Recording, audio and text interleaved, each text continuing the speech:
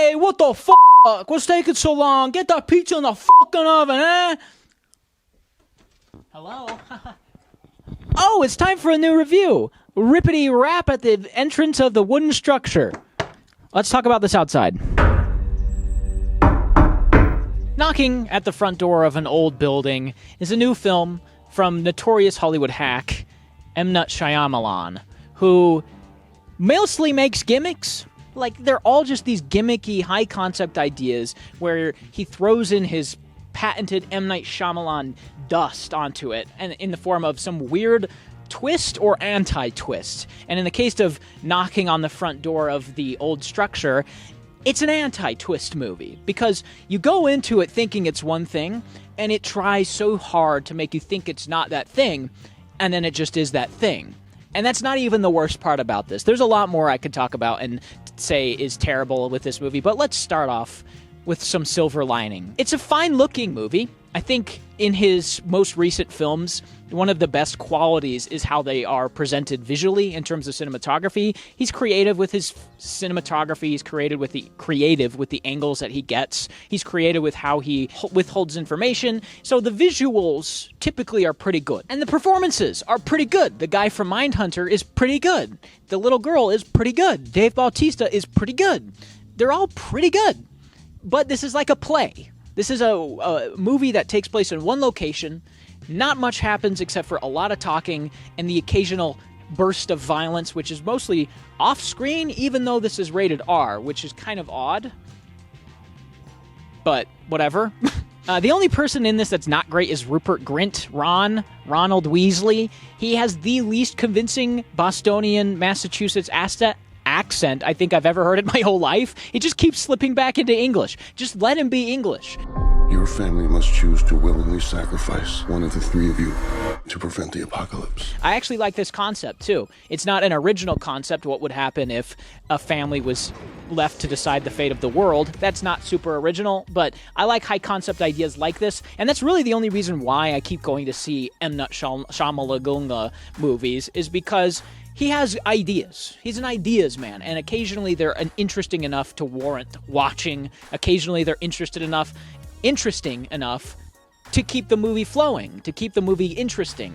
And this one is almost there. It's almost there. These three people are in a cabin in the woods by themselves, and four people show up who, in one of the best lines of the movie, are the four horsemen of the apocalypse. They're supposed to be killing each other, and one guy's the husband of this, Andrew, I think, or Eric.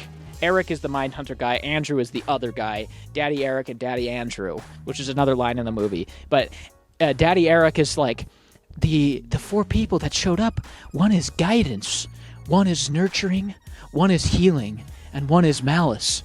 They're the four horsemen of the apocalypse. And Daddy Andrew's like, the fuck?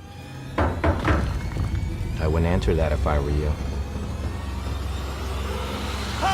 James, want to see a horror movie? The fuck? There's a lot of flashbacks here. Since it's all set in one location, it kind of plays out like a play. It's very talky. It's very wordy. They sit in a cabin for 90% of the movie, only occasionally leaving to the woods. But unfortunately, this one feels like that premise wears very thin very quickly, so it has to do flashbacks for these characters explaining their lives and explaining like the butterfly effect of how they got to where they are, why one of them is so uptight and angry at the world, why he is protecting himself with a gun and whatever, and why he learned karate or boxing or whatever.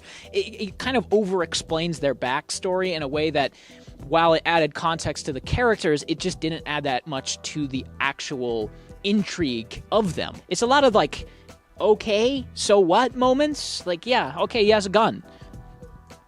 All right. Okay. His parents know that he's gay. Okay.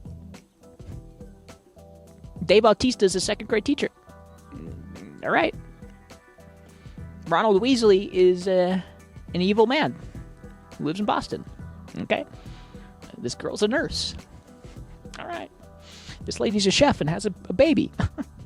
Cool. If you don't choose one of you to die, the world will end. And then the world starts to end until they do. And that's the entirety of the story. It's just so flat and surface level. There's no depth to this film at all, besides those weird flashbacks, which add maybe a tiny context to a couple things. And that's it.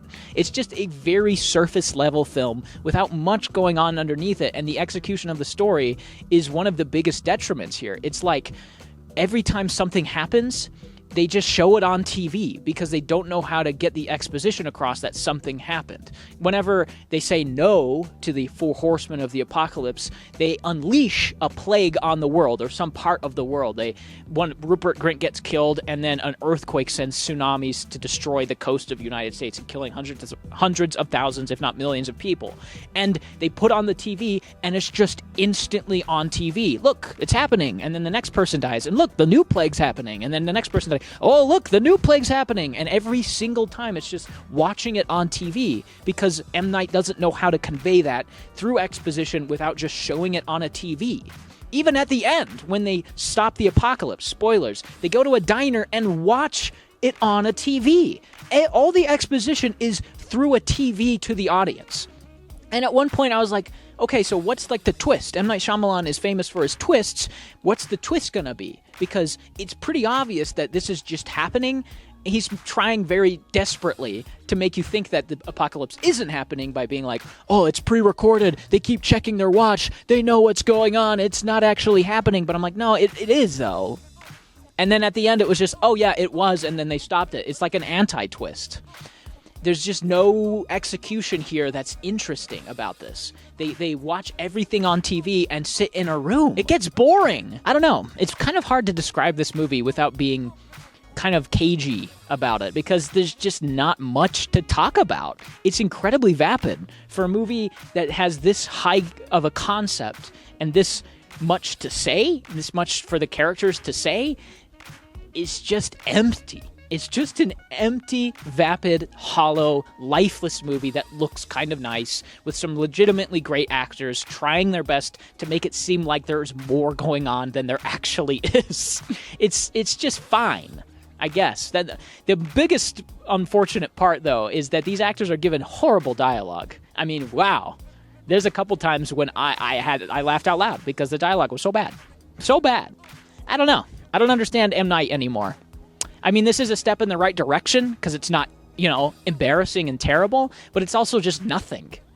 It's like it would have been better off to just not make it because it's just nothing. It's not bad, but it's not good, and it's not even, okay. It's just there, and then it isn't.